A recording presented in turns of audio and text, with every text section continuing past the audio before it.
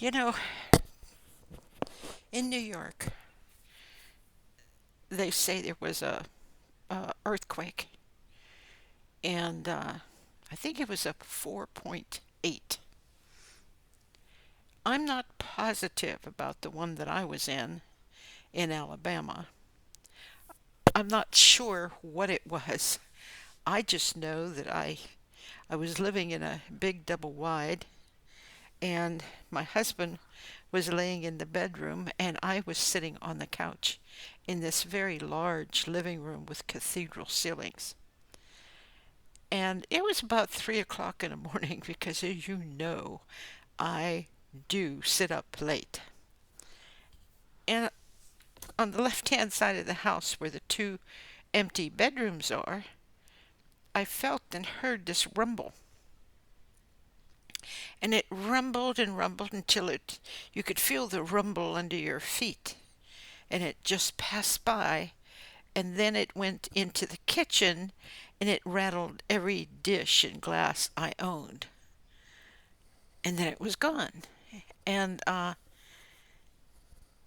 husband woke up and said, "What was that?" I said, "Oh, don't worry about it. It was an earthquake." Now, I had no proof it was an earthquake except that the Lord had showed me that was an earthquake. And sure enough, put on the TV, and you could see the computers, and they were telling what size it was, and it was an earthquake in Alabama. It was in center Alabama. I'm trying to think of the year. But anyway, so today it occurred to me, huh, I was in an earthquake. Well, I've been in tornadoes. I've been in hurricanes. I've been in a flood, a 200-year flood, where the water was up to here when you walked through it. And it was rising up so fast that you had to reach higher ground before it reached you. And understand, I couldn't swim. So, but I walked and got to higher ground. And I'll never forget, the higher ground apparently was not as high as where my camper was in the campground. And it was one of the tiny few uh, campers that were untouched. The camper I was in, you opened up the door and you looked out the window and you could see the golf cart, and you could see the water rising this fast like this. You open up the door again, and you see it covering the golf cart, entering into the compartments of the motorhome. And I turned around and looked, and I thought, well, this is ridiculous. No one is even praying. Nobody, where is everybody? So immediately the Lord had me say, "You will crest right there." And boom, it quit. Just like that. It quit. Well, they came with a huge fan boat. I don't know if you've ever seen any of them, but I had my Doberman with me. And I'll never forget her and I riding in that big fan boat. And uh, the neighbors up the road, which were uh, motel owners, let us stay there for free overnight. And the next morning, everybody wanted to go back and check out their property because you could see in a flood, it just lifted up boats, and just boats that were tied down, just lifted it up and took them. Lifted up campers and just took them, and went along with the current. And it was from we our campground. We were part owners of this campground, and it had a creek in it. And that creek was very shallow.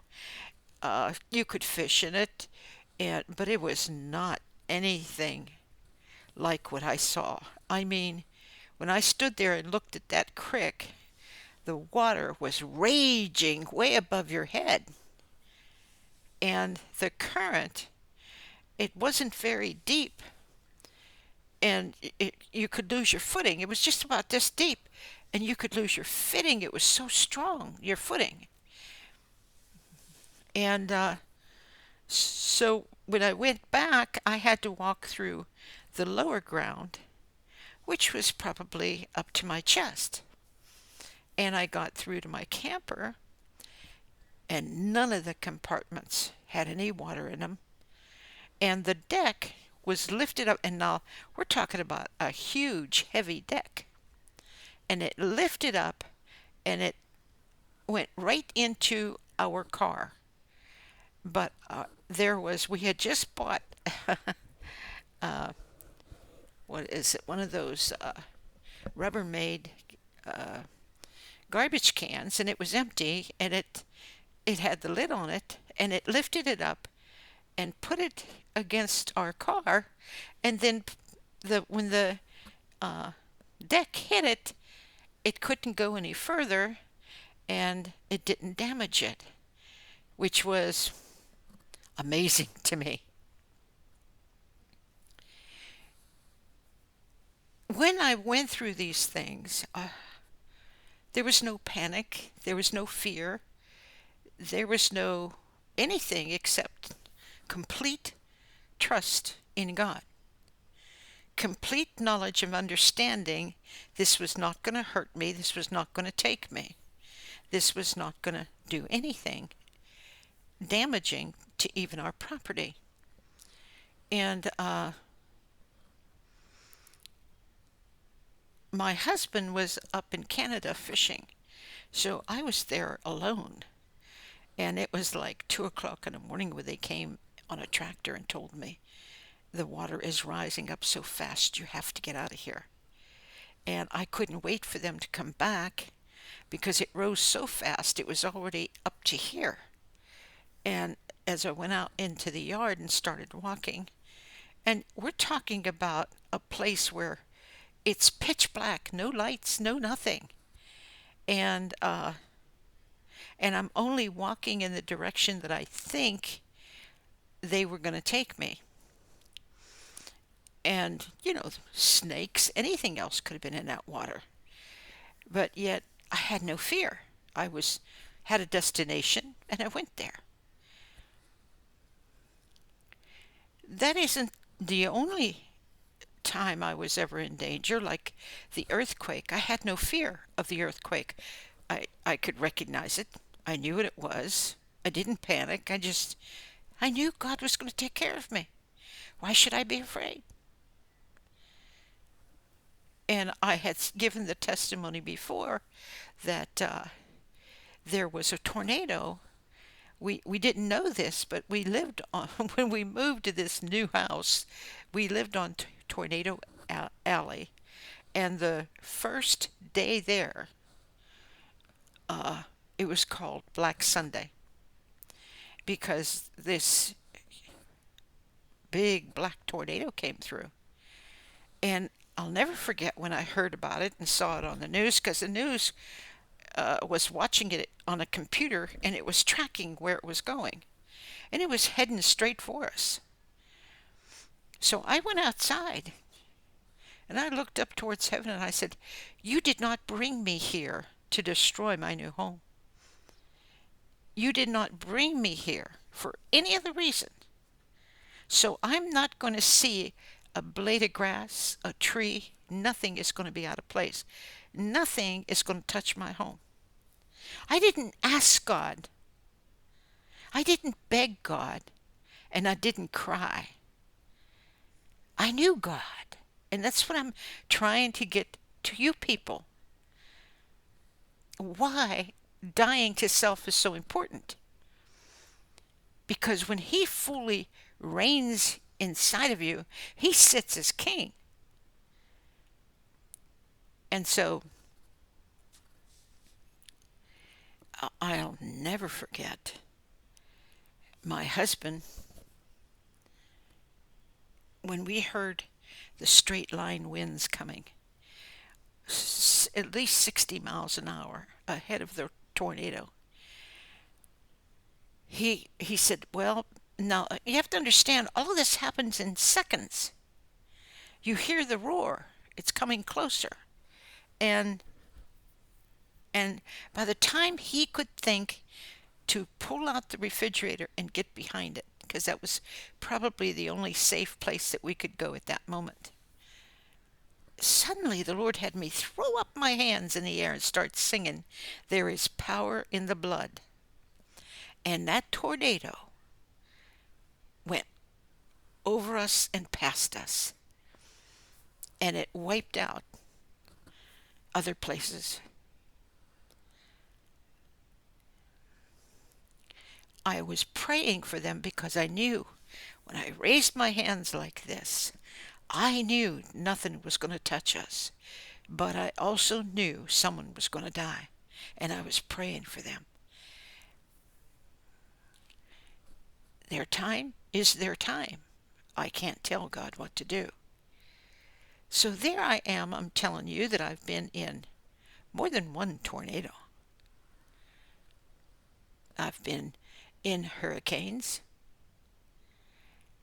I've been in so many things that it's mind boggling to me to realize that all of those natural disasters were all around me and never touched me. So, a couple of years when we lived, like we've been here a year, when we lived 200 miles down on the Gulf, we lived on the water. And we were told a tornado was, a hurricane was coming, and we had to evacuate. We weren't allowed to stay. And so I'll never forget. I went to my mother's old cabinet. It was the only thing I had hers. I said, "Lord, I would appreciate if you would keep this, that nothing happens to it." So I went through the house and said to the Lord, "I'm going to need this, Lord. So if you could keep that for me, by the time I come back, if anything else goes, these are the things that are important to me." Because you lose all of your life, you use your pictures, you lose everything. And and I'll never forget, everybody was going up north. Uh, and the Lord told me, ask your husband which direction he wants to go. And he says, because that's where I want you. He used my husband. I said, "Bob, where do you want to go?" He says, "I want to go down to Miami." Now, this was amazing to me because all of the traffic was bumper to bumper trying to get out of Florida, but no traffic on our side of the road to go to Miami. And we didn't go to Miami. I think we went around Fort Lauderdale. And it was amazing because God kept us so completely that in a couple of days when we came back to see the damage, there was one little screen that fell over. Nothing else happened to it. As you drove through, you could see a carport where something hit it and it crushed the car. You could see a roof ripped off. You could see different things, but our house, nothing hit it. Of course, nobody was hurt, thank God. But sometimes the fear of God is the beginning of wisdom. Sometimes when people were so tangled up in lying and cheating and gossiping and hating and all that, they needed a good shaking up. We've watched tornadoes bounce over our home and go across to where the condos were, and we watched them start to form right out of the sky. And as I rebuked them, it stopped. But I'm wondering, in a few seconds of your life, how many of you know and believe? We're not talking about minutes. We're not talking about hours. We're talking about seconds. How many of you pray and talk to God and have Him talk back to you? How many of you have allowed your flesh to die enough that you're ready? You're ready at any time to meet the Lord if that's what you must do. Now, these aren't the only disasters that I've been in. You know, I think I was in 7 automobile accidents through those years. I'm pulling out of a store, and here comes somebody, and here's my car, and they wreck right into me. Sideways.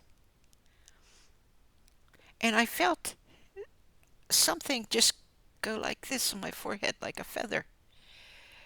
And it wasn't until maybe hours later that I realized that was the rearview mirror my temple hit. It could have killed me. And God protected me. But He not only protected me, but I was so busy teaching at school that I forgot to get my license renewed. I had given His testimony before. I forgot to get my license renewed. And I needed to go take a picture, and I didn't have time to do it because the children came first.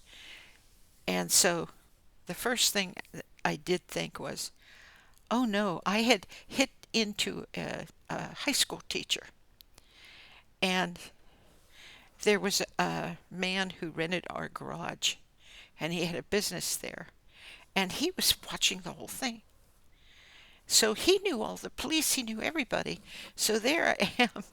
When the police pulled up, the first thing they ask you is for your license. And I'm thinking, God, if they ask me for my license, what am I going to do? I'm in deep trouble. They never asked, which I went home marveling because I could not believe. But I got my license renewed as soon as I could. You know, being being in storms on a boat. And I told you before, there you are in a boat, and the rope to the anchor, because we often outran storms. We just lifted up our anchor and went home. But this time, the anchor was wrapped around the propeller and you couldn't leave. And I could watch my husband. He's struggling with it. He didn't see, but I could see. I'm standing towards the cuddy, and I could see the wave way above his head as we were rocking up and down, and he's struggling, and suddenly, by miracle, it was released. Did I pray? Did I literally pray? I didn't have time. I can remember what I did do is I began to sing. I began to speak in tongues and sing and lift up my hands and sing as the lightning was striking right near us in big bolts of lightning. And I just began to sing. And we were safe. We got out of it with no problem, no damage to the boat. It's amazing what God will do for His children. I mean, those aren't the only brushes with death that I had. You know, like the one we were walking, that colicky horse. If you let them lay down, they will thrash, and when they thrash, they can twist their intestines and kill themselves. That's why you walk them. It's a gas, and you have to walk them until it lets loose. And so we were walking that horse at a small little barn where the double doors of the barn were open, and you could see the flat of the field that was right downhill, which was our pasture, and you could see the road where the trailer that we owned was on that road. And I saw every tree near that trailer would go like this and touch the bottom, just bounced like that and touch it, and none of them broke. And not anything happened to that trailer, which 5 children lived in there. And all of this, I'm telling you, is seconds. And you're watching all of this. And by the time you hear the roar, and by the time you could think to go into a corner, where the cement would protect you, it's too late. It's gone. And I had given this testimony before. So why I am saying all of this today is they are talking about people being terrified. They're being nervous. When is the next one going to come? This came clear out of the blue. You know, the flood that I was in Ohio was a once in a 200-year flood. I could have worried from that day on, been scared from that day on, that it was going to flood again, because it had been known to flood. And that was since we owned anything there, it was twice. And they said this one was really bad because it was once in 200-year flood. I could have been afraid. Never occurred to me. Not once. It was amazing to me when I stopped to think about it years later. Because I didn't notice when you're going through this, you really, really don't notice. But with God's hand upon you, and you know that you know, people who,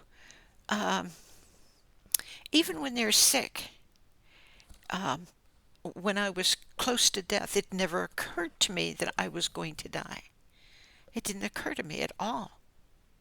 I didn't know what I was going to do. I didn't know how I was going to handle it. When I was told I was going to die, I didn't know anything. I just knew I trusted God. Have your way. If you want me, I'm yours. That was my whole attitude.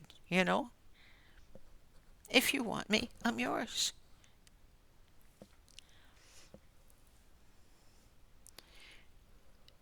This is where people need to get with God. They need to know that what does your life mean? You know, he who loses his life for my sake shall be saved, but he who saves his life shall lose it. There are a lot of people terrified they're going to lose uh, their career. They're going to lose this. Well, those people are going to lose it. They might not lose it with this one, but they're going to lose it completely. They're terrified they're going to lose their boyfriend or their husband. Well, they are going to lose it. Because when you strive to protect something, instead of yielding to God and say, here I am, Lord, I'm yours, do whatever you will. I'm not saying that I knew how to do that right away. I'm just saying that all of these experiences taught me one thing. Nothing can take my life unless he wants it. No one can take my life unless he wants it. Because there are those that tried. And several times I can remember 3 or 4 of them literally trying to kill me. And they couldn't touch me. It never occurred to me to be afraid. Now you're talking to a person that was terrified over everything and had extreme panic attacks until God the Father put his wing over me before I even knew what a Bible was and before I knew that Psalms 91 was in there. But you and others are going to tell me, you know all about God.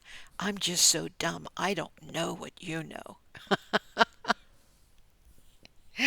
Oh, and I shouldn't this and I shouldn't that and I should have done it this way and I should have done it that way.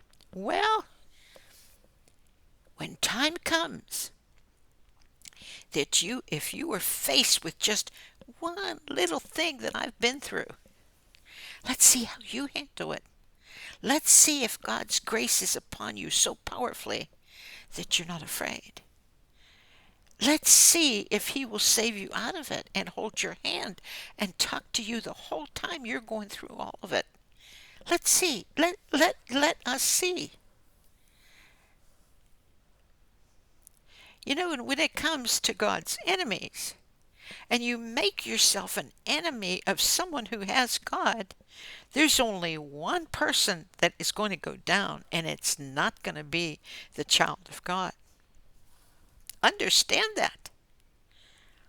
When you're trying to steal off of them, you're trying to harm them and hurt them, and you're working so hard to do it, understand, in the end, there's only going to be one standing, and it's not going to be you if you're in the wrong pew. That's a fair warning. Be careful, because the fear of the Lord is the beginning of wisdom. A good understanding do all they that fear the Lord. So you allow God to open up your understanding. Instead of walking around in fear all the time over everything like I used to, you allow God to heal you of that and deliver you of that. You think it was easy for me? Nothing I have ever been through was easy. Nothing. I don't care what it was not easy. Now, some can say, and they've said it, it's impossible for one person to go through all those things. Okay, have at it. But when you want to know how to overcome, how to do things that are pleasing to God, you go to someone who did. When you want to know how to be an expert at something, you go to someone who is an expert. You don't play around with it because you want to learn. You want to know. But the problem with it is a lot of people want to skip the process. They want you to hand them the keys to everything that gets them to unlock all the doors that God says, I haven't tried you. I haven't tested you. I need to know that I can trust you with that key. Understand this. A person who goes through a lot of things is because God trusts them, that they won't turn their back on Him, they won't blaspheme Him. There's a lot of things they would never do. That's why they suffer so bad. They won't go back on their word. They won't do any of those things. But the player, deep down inside their hearts, in the beginning they look real good. They look like, hey, I'm really committed. I am going to do this. And I'm going to tell you, there are so few in my life, and I would say serving the Lord all these years, I can't even name it on this hand. How many meant, I love you? How many meant, I'll stand with you? How many really meant, I'll be with you? I can't count that. That's how little.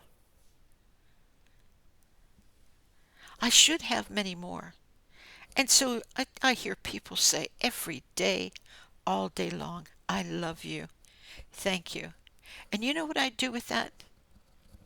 I smile and say I love you too, because I do. I've dropped everything to be with you. I've dropped everything that I can spend time with you to help you. And yet, how many people treat me like I'm chopped liver? And they run to pastors who never helped them. And they give their life in service to do everything for them. And they don't even realize, am I jealous? No. Because everything I need, God supplies. And if I don't have it, God doesn't want me to have it. I don't have to concern myself about that. But I can tell you that from the biggest thing to the tiniest thing, thank you, Father, God has always been there. From the greatest need to the tiniest need, God has never failed me. Never. Like I told God one time, and I said this, because he told me, he said, Marion, I didn't ask you for everything. You wanted to give it to me, and I did. I gave him every moment of my time, and I only slept 3 hours a day. For years, I gave him every penny I had, which was probably nothing compared to some, but it was all I had. I gave him everything that I wore, everything, it, meaning I had nothing. I had nothing but rags. Rags that I had to make look good. I had to sew by hand. I had to sew by machine. I had to make things because I had nothing, which I learned to do as a little girl. But I, I had so very little. And God was so gracious that when I gave everything, He came to me and He said, you know, for almost 20 years you gave to a ministry because you wanted those children helped. He said, and no one ever helped you. No one, not one, not one. And he said, I didn't ask you for that. I asked you if you wanted to give me something, give me 10%, but you gave me every inch of your day, every moment, every time, everywhere you went, in everything, and every penny. You decided to do that for me. And because you decided that, I'm going to bless you.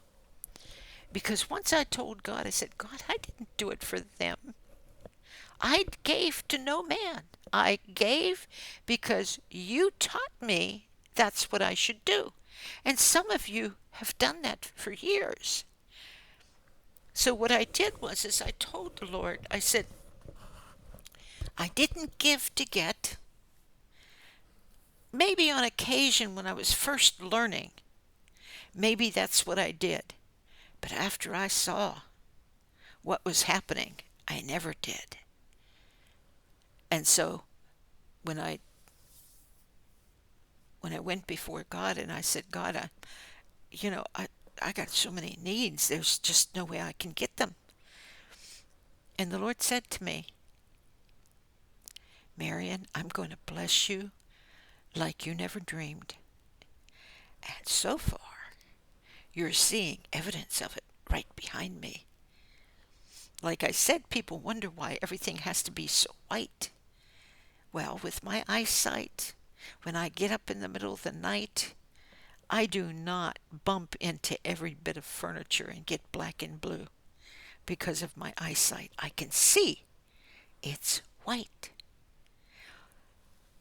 And that, like I said, that's why I love white, because it's light and I enjoy it.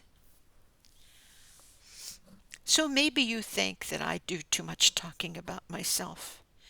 But if I don't talk about what I've been through, you may never know and see yourself as you are.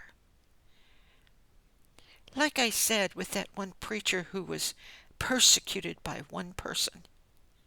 And there I was, persecuted by every person for almost 20 years, and dying of cancer to boot.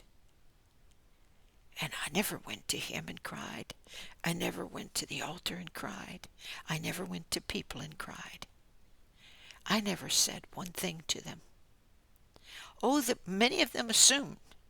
You know, when they see you walking into church without your husband, they assume, oh, you have trouble. And some men target you, and it's a terrible thing. But most men, they believe you've got to be lonely, so therefore you've got to be after me. You've got to be. A pastor will think, well, you're after me because you don't have no. Never occurred to me. Not one thought of another man ever passed through this brain. And if anyone ever came near me, I physically ran away from them. Physically, I refused to stand there and be tempted. I just ran. And they're like, why would she? Who cares? Who cares what they thought? I don't. I dumped them right out of this heart, right out of this mind. I dumped them. Why? Because I wanted to be pleasing to God. So when you tell me that you can't quit smoking, okay, that's not true. Anybody can. I can't quit this habit. I was a sinner, and I smoked for 3 years of my life. That was all. I couldn't smoke as a teenager. I was sick every time I smoked. So when I got older, about 30, 29, and I started smoking, I smoked 3.5 packs a day. And when I decided to quit, I quit cold turkey. I took a sealed pack, and every time I picked that pack up, I said, I am stronger than this, and put it back down. Every time I got the urge, I picked it up and looked at it and put it back down.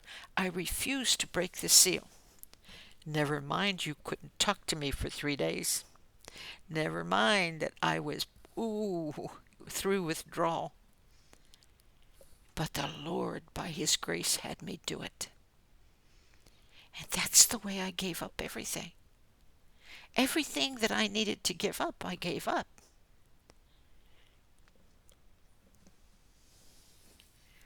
I don't entertain temptation.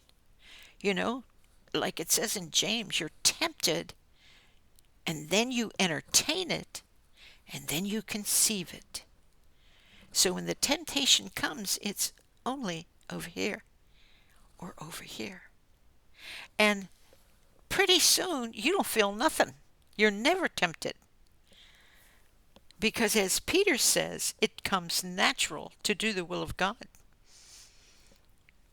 It never occurs to you not to.